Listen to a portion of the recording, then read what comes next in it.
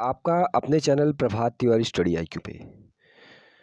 दोस्तों I think मैं live आ गया हूँ और आपका जो आज का सेशन है उसमें आपका वर्णमाला का 40 क्वेश्चन का प्रैक्टिस सेट है और इस प्रैक्टिस सेट को हल कीजिएगा और कमेंट सेक्शन में अपने आंसर को सेंड करिएगा कि आपने इस 40 क्वेश्चन में कितने आंसर सही किए हैं। तो थोड़ा सा वीडियो को शेयर करेंगे और चैनल पर जो लोग नए आए हैं उनसे रिक्वेस्ट है कि वो चैनल को सब्सक्राइब कर दीजिएगा, क्योंकि आपको यूपीएसआई के लिए हिंदी की बेस्ट क्लासेस यहाँ से प्रोवाइड की जाएंगी या फिर आप यूपी स्पेशल की जितनी भी जानकारी चाहते हैं हमारे इस चैनल से आपको मिलेगी। तो चलिए दोस्तों आज का वीडियो शुरू करते हैं और मैं आपको बताना चाहता हूँ जो लोग वर्णमाला का टॉपिक हमारा नहीं देखे हैं मैं डिस्क्रिप्शन में लिंक दे दूँगा या फिर आपको फर्स्ट कमेंट के अंदर पिन कर दूँगा, वहाँ से जाकर आप वर्णमाला के वीडियो को देख सकते हैं।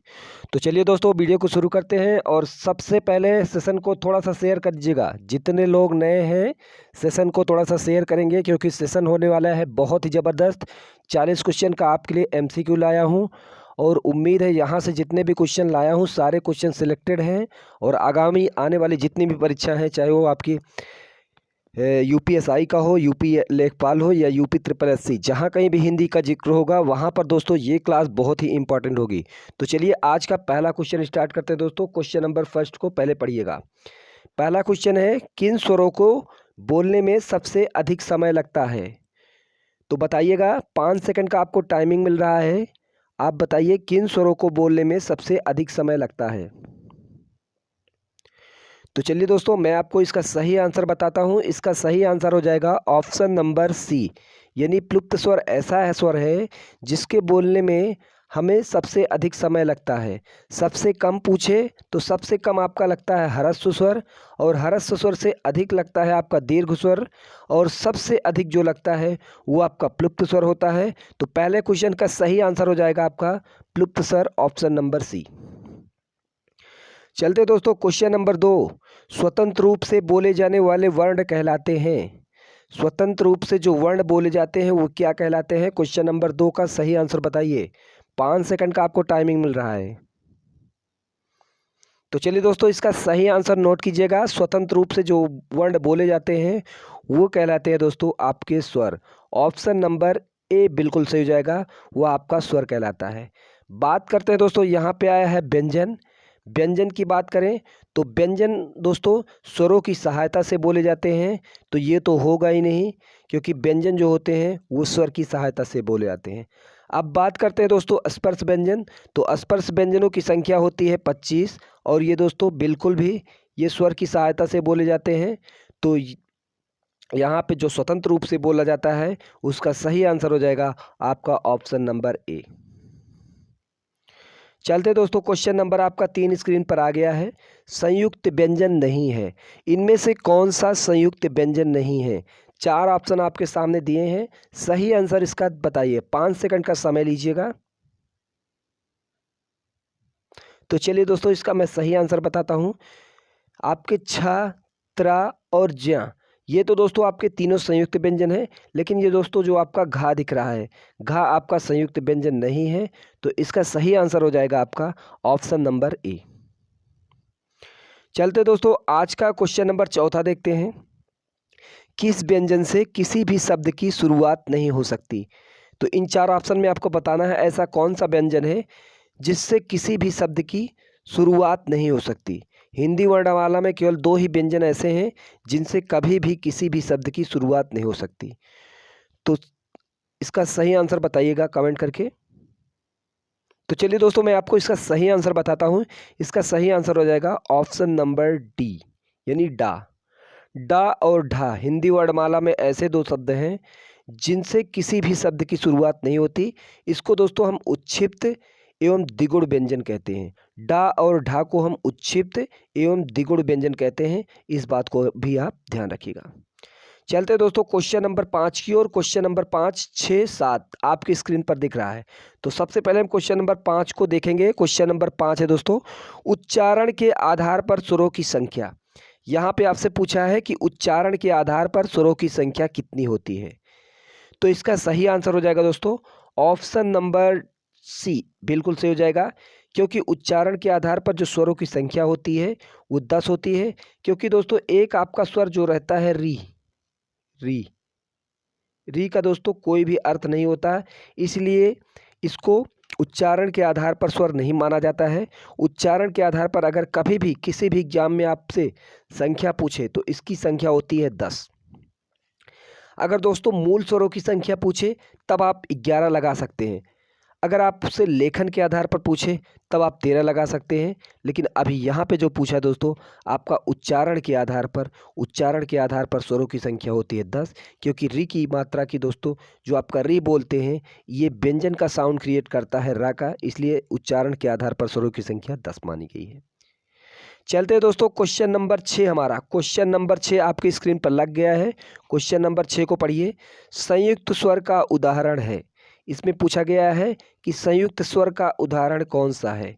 तो इसका सही आंसर हो जाएगा दोस्तों option number D. Option number D बिल्कुल सही हो जाएगा, क्योंकि ये दो स्वरों से मिलकर बने हैं। वो दो स्वर कौन कौन से हैं दोस्तों? छोटा आ प्लस ओ, छोटा आ प्लस ऊ से मिलकर दोस्तों आपका ओ का निर्माण होता है। तो संयुक्त स्वर कौन से हो जाएंगे दोस्तों? तो इसका ऑप्शन नंबर डी बिल्कुल सही हो जाएगा। चलते हैं दोस्तों क्वेश्चन नंबर हमारा 7। आगत स्वर कौन सा है? आगत स्वर दोस्तों मैंने आपको बताया है कि आगत स्वर कौन सा है और ये किस भाषा का शब्द है। तो सबसे पहले जान लीजिए आगत स्वर क्या है। तो आगत स्वर आपका ऑप्शन नंबर डी सही हो जाएगा। और ये दोस्तों आपके अंग्रेजी भाषा का शब्द है, यानी रोमन लिपि का शब्द है। और इसका इस्तेमाल दोस्तों कहाँ पे होता है? जैसे आप डॉक्टर लिखते हैं, डॉक्टर, डॉक्टर, तब दोस्तों इस आगत स्वर का इस्तेमाल होता है। तो इसका सही आंसर आपको पता चल गया होगा, ऑप्शन नंबर डी ओ। चलते दोस्तों आज का हमारा क्वेश्चन नंबर 8। क्वेश्चन नंबर 8 कह रहा है दोस्तों अयोग वाह में आता है। तो आपको बताना अयोग वाह कौन से स्वर हैं। तो आपको बताना है अयोग वाह कौन सा है। तो इसका सही आंसर हो जाएगा दोस्तों option number D. Option number D बिल्कुल सही हो जाएगा, यानी ए और बी, अंग और आह आपके अयोग वाह होते हैं। तो इस बात को आप ध्यान रखिएगा, इंपॉर्टेंट क्वेश्चन है दोस्तों आपकी परीक्षा के दृष्टिकोण से। चलते हैं दोस्तों क्वेश्चन नंबर आपका 9। क्वेश्चन नंबर 9 क्या कह रहा है? ता वर्ग का व्यंजन नहीं है। तो इसमें आपसे पूछा गया है कि इनमें से कौन सा ता वर्ग का व्यंजन नहीं है। तो आपको साफ साफ दिख रहा है ता, था, दा, धा, ना, ये तीनों तो दोस्तों आपके तावर के व्यंजन हैं। लेकिन दोस्तों जो ये आपका बा दिख रहा है ये तावर का नहीं है। तो ऑप्शन नंबर ए बिल्कुल सही हो जाएगा, बा, क्योंकि जो बा है वो पावर का है, पा फा बा। तो इसलिए इसका सही आंसर हो जाएगा 9 का ए। क्वेश्चन नंबर दोस्तों 10। ऊष्मीय व्यंजन पूछा है। ऊष्मीय व्यंजन है तो मैंने आपको बताया था ऐसे व्यंजन जिनको बोलने पर मुंह से थोड़ी सी गर्माहट निकले या फिर ऊष्मा प्रदान हो, वो आपकी ऊष्मीय व्यंजन कहलाती है। और ऊष्मीय व्यंजनों की संख्या मैंने आपको बताया था 4 है। और वो कौन कौन से है दोस्तों? सा, शा, शा, हा, ये दोस्तों 4 आपके ऊष्मीय व्यंजन हैं। अब आप यहाँ से देखकर बताइए कि इनमें कौन सा ऊष्मीय व्यंजन है। कोई दिख रहा है? जी बिल्कुल, ऑप्शन नंबर डी बिल्कुल दिख रहा है, हा आपका ऊष्मीय व्यंजन हो जाएगा। तो इसका सही आंसर हो जाएगा ऑप्शन नंबर डी, हा। बाकी तीनों दोस्तों ये आपके ऊष्मीय व्यंजन नहीं है। चलते दोस्तों क्वेश्चन नंबर 11 देखते हैं। स्पर्श व्यंजनों की संख्या होती है। स्पर्श व्यंजनों की संख्या कितनी होती है? तो स्पर्श व्यंजनों की संख्या दोस्तों 25 होती है। ऑप्शन नंबर डी बिल्कुल सही हो जाएगा। Question number 12। भाषा की सबसे छोटी इकाई क्या है? तो भाषा की सबसे छोटी इकाई मैंने बताया था, इसको आप वर्ण कह सकते हैं, इसको आप ध्वनि कह सकते हैं, क्योंकि वर्ण का मौखिक रूप है आपका ध्वनि और ध्वनि का लिखित रूप आपका वर्ण हो जाएगा। या फिर दोस्तों इसको आप अक्षर भी कह सकते हैं। तो इस बात को ध्यान रखिएगा, काफ़ी इंपॉर्टेंट क्वेश्चन है। काफ़ी बार कंपटीशन एग्जाम में छोटी परीक्षाओं में ये क्वेश्चन डायरेक्टली पूछा गया है। चलते दोस्तों आज का हमारा 13 क्वेश्चन को देखते हैं। कौन सा व्यंजन नासिक्य है? यानी आपसे पूछा है कि इनमें से कौन सा व्यंजन नाकों के सहारे से बोला जाता है, जिसे हम नासिक्य या अनुनासिक व्यंजन कहते हैं। तो नाकों के सहारे से हमारे दोस्तों पंचमाक्षर, हिंदी वर्णमाला के पंचमाक्षर 5 व्यंजन हैं जो नाकों के सहारे से बोले जाते हैं। वो आपके अंगा होते हैं, इया होते हैं, ना होते हैं, माँ होते हैं। तो इसमें कौन सा दिया है दोस्तों? यहाँ पे ऑप्शन नंबर बी में बिल्कुल दिख रहा है इया, तो ऑप्शन नंबर बी बिल्कुल सही हो जाएगा, क्योंकि इया जो है नाकों के सहारे से बोला जाता है। क्वेश्चन नंबर 14 देखते हैं दोस्तों। जिन व्यंजनों को बोलने के लिए स्वर तंत्रियां कंपन करें उन्हें कहते हैं। तो यहाँ पे पूरी पूरी परिभाषा दे दी गई है। तो जिन व्यंजनों को बोलने के लिए स्वर तंत्रियां कंपन करें उन्हें क्या कहते हैं? बताइएगा दोस्तों। जिन व्यंजनों को बोलने के लिए स्वर तंत्रियां कंपन करें उन्हें क्या कहते हैं? इसका आंसर दोस्तों आप कमेंट करके बताइएगा। इसका मैं आंसर लास्ट में बताऊंगा। क्वेश्चन नंबर 15 देखिएगा। क्वेश्चन नंबर 15 क्या कह रहा है? जिन व्यंजनों के उच्चारण में मुख से अधिक हवा निकले वो होते हैं। यहाँ भी दोस्तों आपसे डायरेक्टली परिभाषा को पूछा है, तो दोस्तों आपके कहलाते हैं सघोष। सघोष कहलाते हैं दोस्तों। जिन व्यंजनों के उच्चारण में मुख से अधिक हवा निकले वो आपके सघोष कहलाते हैं। क्वेश्चन नंबर 16 देखिएगा। पार्श्विक व्यंजन है। पार्श्विक मतलब दोस्तों जो पीछे से, जिस व्यंजन को बोलने पे हमारे पीछे से आवाज़ या बगल से आवाज़ निकलती क्रिएट होती है, वो आपके पार्श्विक व्यंजन होते हैं। और पार्श्विक में मैंने आपको बताया था आपका दोस्तों ला हो जाएगा। ला कैसे याद दिलाया था मैंने दोस्तों? ला से होता है लता मंगेशकर, और लता मंगेशकर को मैंने बताया था ये प्लेबैक सिंगर थी, यानी ये गाती आगे से थी लेकिन जो आवाज़ इनके निकलती थी अगल बगल से निकलती थी। इसलिए आपका ऑप्शन नंबर सी बिल्कुल सही हो जाएगा दोस्तों। ला, ला क्या है आपका? पार्श्विक है। या क्या है दोस्तों? या आपका अर्ध स्वर है। वा क्या है? वा भी अर्ध स्वर है। रा क्या है? रा लुंठित है। इस बात को आप ध्यान रखिएगा। इसमें 16 का सही आंसर हो जाएगा आपका ला, ऑप्शन नंबर सी। चलते हैं दोस्तों क्वेश्चन नंबर 17 को हल करते हैं। अंतस्थ व्यंजन है। अंतस्थ व्यंजन आपसे पूछा है, इनमें से कौन सा अंतस्थ व्यंजन है? तो अंतस्थ व्यंजनों की संख्या पहले जान लीजिए आप। अंतस्थ व्यंजनों की संख्या आपकी 4 होती है, और वो अंतस्थ व्यंजन कौन से हैं? या, रा, ला, वा, यही आपके 4 अंतस्थ व्यंजन हैं। तो क्वेश्चन बनता है कि अंतस्थ व्यंजनों की संख्या कितनी होती है? तो अंतस्थ व्यंजनों की संख्या आपकी होती है 4। या, रा, ला, वा। तो इस बात को ध्यान रखिएगा। सॉरी दोस्तों, थोड़ी सी आवाज़ में थोड़ी प्रॉब्लम है, क्योंकि थोड़ा सा दोस्तों फीवर हो गया था, इस कारण आवाज़ थोड़ी चेंज आ रही है, तो इसको आप कोऑपरेट कीजिएगा। क्वेश्चन नंबर 18 पे चलते हैं। झा वर्ण किस प्रकार का व्यंजन है? क्वेश्चन नंबर 18 आपसे पूछा गया है कि झा वर्ण किस प्रकार का व्यंजन है? अल्पप्राण, अघोष, उच्छिप्त, स्पर्श। तो सबसे पहले दोस्तों आप अघोष, अल्पप्राण और उच्छित के बारे में थोड़ा सा जान लीजिए। मैंने बताया था दोस्तों आपका अल्प प्राण। अल्प प्राण क्या होता है दोस्तों? किसी भी वर्ग का पहला और दूसरा अक्षर दोस्तों, अल्प प्राण में सॉरी दोस्तों, किसी भी वर्ग का पहला, तीसरा और पांचवा अक्षर दोस्तों आपका अल्प प्राण होता है। किसी भी वर्ग का, चाहे का वर्ग हो, चाहे खा वर्ग हो, चाहे आपका कावर, चाहे चावर, चाहे टावर, चाहे पावर, कोई भी वर्ग हो, इसमें का पहला, तीसरा और पांचवा अक्षर दोस्तों आपका अल्प प्राण होता है। तो इसमें से तीसरा झा क्या है? चा, छा, जा, झा। तो दोस्तों ये तो अल्प प्राण नहीं होगा। अब बात करते हैं दोस्तों अघोष की। अघोष क्या होता है? अघोष दोस्तों किसी भी वर्ग का पहला और दूसरा अक्षर अघोष होता है। तो ये झा दूसरा अक्षर है, चा, छा, जा, झा, तो ये दोस्तों अघोष भी नहीं होगा। उच्छिप्त तो दोस्तों है नहीं। अब बच गया दोस्तों स्पर्श। तो आपका झा क्या हो जाएगा दोस्तों? झा आपका स्पर्श व्यंजन हो जाएगा। तो इस बात को आप ध्यान रखिएगा। झा क्या है दोस्तों? एक प्रकार का आपका स्पर्श व्यंजन है। चलते दोस्तों क्वेश्चन नंबर 19 को देखते हैं। अल्प प्राण वर्ण नहीं है। तो यहाँ पे पूछा है कि इनमें से कौन सा है जो अल्प प्राण नहीं है? 3 है दोस्तों आपके अल्प प्राण, और एक ऐसा व्यंजन है जो अल्प प्राण नहीं है। तो अल्प प्राण में क्या होता है दोस्तों? किसी भी वर्ग का पहला, तीसरा और पांचवा अक्षर दोस्तों अल्प प्राण होता है। तो यहाँ पे पहला क्या है? ता, ये तो दोस्तों आपका अल्प प्राण है। और पा, फा, बा, भा, पा, फा, बा, भा, ये दोस्तों भा जो है आपका चौथा अक्षर पड़ रहा है, इसलिए ऑप्शन नंबर आपका बी बिल्कुल सही हो जाएगा। भा क्या है दोस्तों? आपका अल्प प्राण नहीं है, ये आपका महाप्राण है।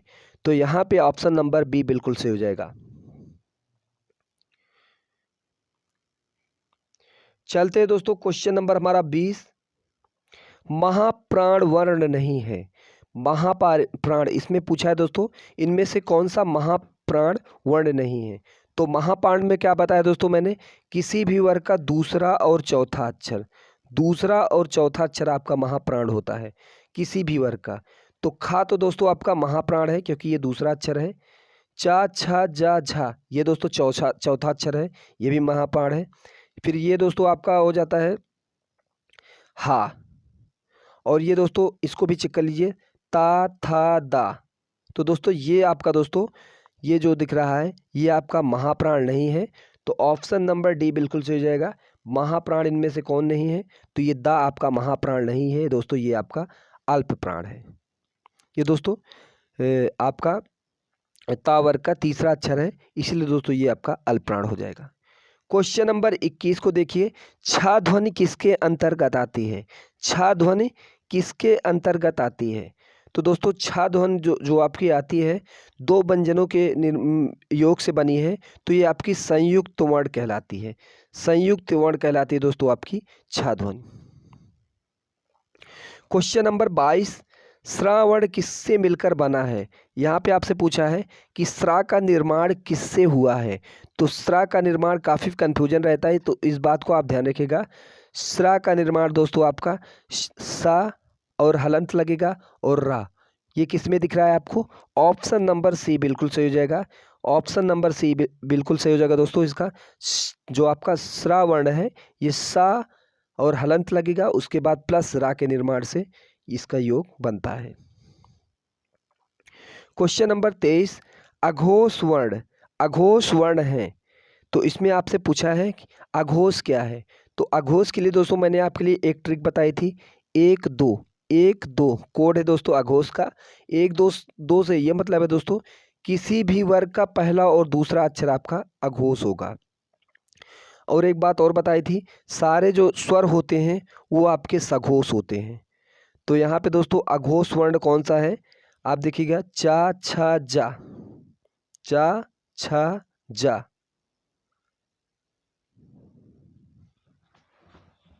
जो आपका चा छा जा, यहाँ पे ऑप्शन नंबर बी बिल्कुल सही जगह दोस्तों, यानी जा आपका दोस्तों अघोष वर्ण है। चलते दोस्तों क्वेश्चन नंबर आपका 24, निम्न में से नासिक के व्यंजन कौन सा है। यहाँ पे दोस्तों आपसे पूछा है कि नासिक के व्यंजन कौन सा है।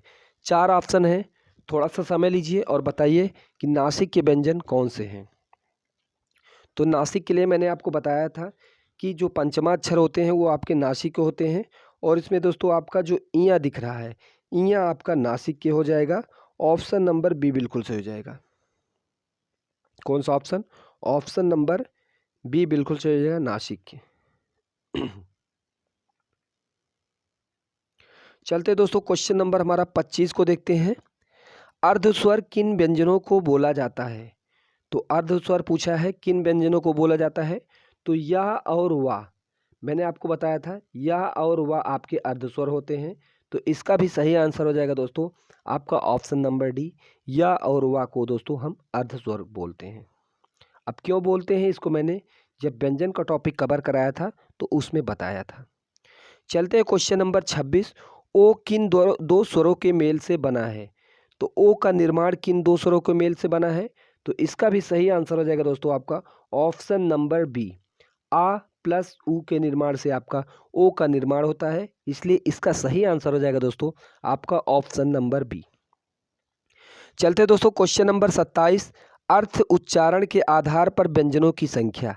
अर्थ या फिर उच्चारण या फिर मूल व्यंजनों की संख्या जब भी आपसे पूछे तब दोस्तों इसकी संख्या हो जाती है 33। तो इस बात को आप ध्यान रखिएगा, काफ़ी इंपॉर्टेंट क्वेश्चन है दोस्तों ये आपकी परीक्षा के दृष्टिकोण से।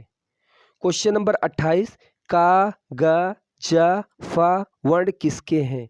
तो दोस्तों ये जो पांचों वर्ण दिख रहे हैं आपको, ये तो पहले तो आप जान लीजिए ये आगत व्यंजन है। आगत व्यंजन है, इस बात को आप ध्यान रखिएगा, आगत व्यंजन है। और ये व्यंजन किस प्रकार के हैं, तो अरबी और फारसी की ये व्यंजन है। अगर आगत स्वर पूछे, आगत स्वर दोस्तों जो ये अ होता है ये तो दोस्तों आपका अंग्रेजी भाषा का शब्द है, लेकिन आगत व्यंजन पूछे तो ये आपका अरबी और फारसी का हो जाएगा।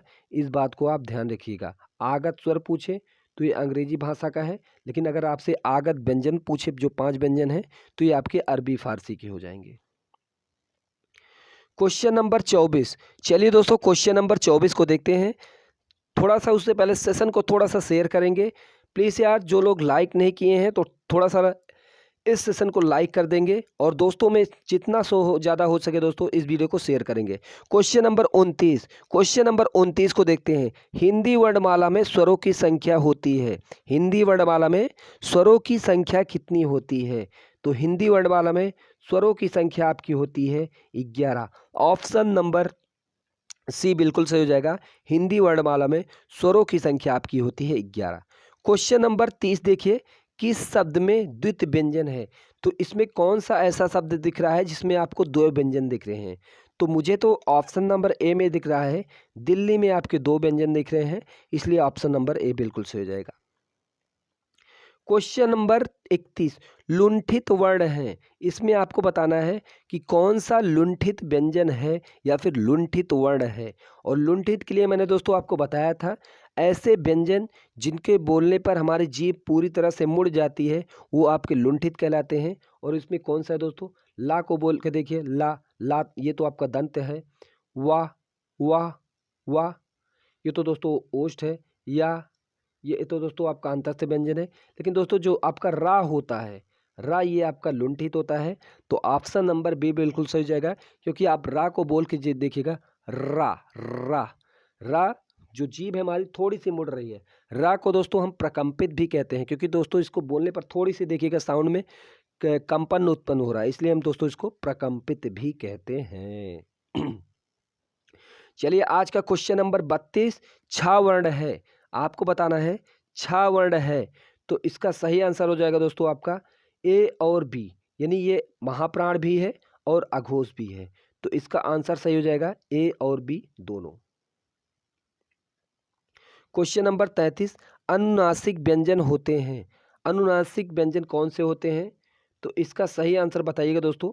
अनुनासिक, अनुनासिक का मतलब ये है कि जो नाकों के सहारे से बोले जाते हैं। तो दोस्तों किसी भी वर्ग का 5वां अक्षर आपका अनुनासिक होता है। तो 5वां अक्षर किसमें दिख रहा है दोस्तों? ऑप्शन नंबर डी बिल्कुल दिख रहा है। वर्ग का 5वां अक्षर दोस्तों आपका अनुनासिक, जो नाकों के सहारे से बोले जाते हैं, वर्ग के 5वां अक्षर आपके अनुनासिक कहलाते हैं। Question number 34। छोटा आ बड़ा हा वर्ण कहलाते हैं। तो इसमें आपसे पूछा है कि छोटा या बड़ा या फिर हा वर्ण क्या कहलाते हैं। तो दोस्तों इसका सही आंसर हो जाएगा ये आपके कंठ कहलाते हैं। कंठ कहलाते हैं। इसको मैंने स्वर के टॉपिक में कवर किया है। Question number 36। निम्न में से दंत वर्ण नहीं है। तो इसमें आपको बताना है कौन सा है जो दंत वर्ण नहीं है। ला को बोलिए। ला ला ला तो बिल्कुल दांतों के सहारे से बोला जा रहा है। दा दा ये भी दांतों के सहारे से बोला जा रहा है। रा ना ना ना ये भी दांतों के सहारे से बोला जाए। लेकिन दोस्तों जो आपका रा रा रा ये दोस्तों आपका क्या है? ये दोस्तों आपका रा जो है लुंठित है। तो इसका सही आंसर हो जाएगा आपका ऑप्शन नंबर डी। रा आपका दंत नहीं है। क्वेश्चन नंबर दोस्तों आपका 37। ढा वर्ण है। ढा वर्ण क्या है? तो ढा वर्ण बताना है आपको। और इसमें दिया है मूर्धा है या फिर महाप्राण है या फिर अघोष है या फिर आपका स्पर्श व्यंजन है। तो सबसे पहले आप चेक करिए कि क्या ढा मूर्धा है। ढा किस वर्ग का है? टा ठा डा ढा। तो जी हाँ, ढा आपका मूर्धन्य हो जाएगा।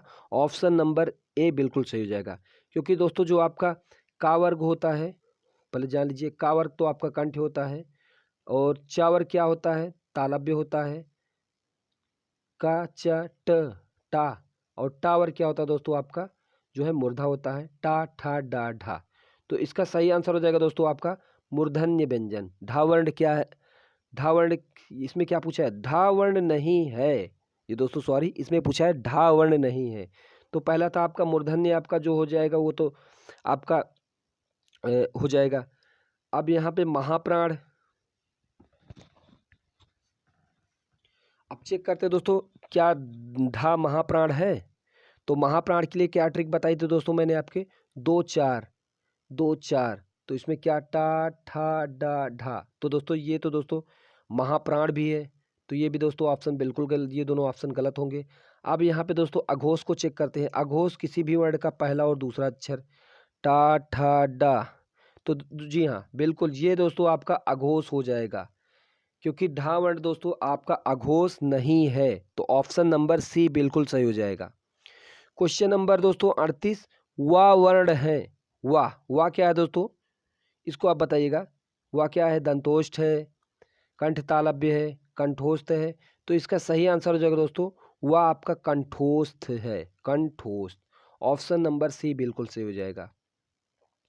क्वेश्चन नंबर दोस्तों 39 क्या है, 39 ओ औ वर्ड कहलाते हैं, तो ओ औ वर्ड आपके कहलाते हैं कंठोस्थ। ऑप्शन नंबर सी बिल्कुल सही हो जाएगा।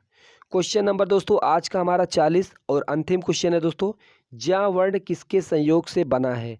आपको बताना है दोस्तों ज्या, जिसको आप ज्ञा पढ़ते हैं, ये किस दो व्यंजनों के योग से बना है।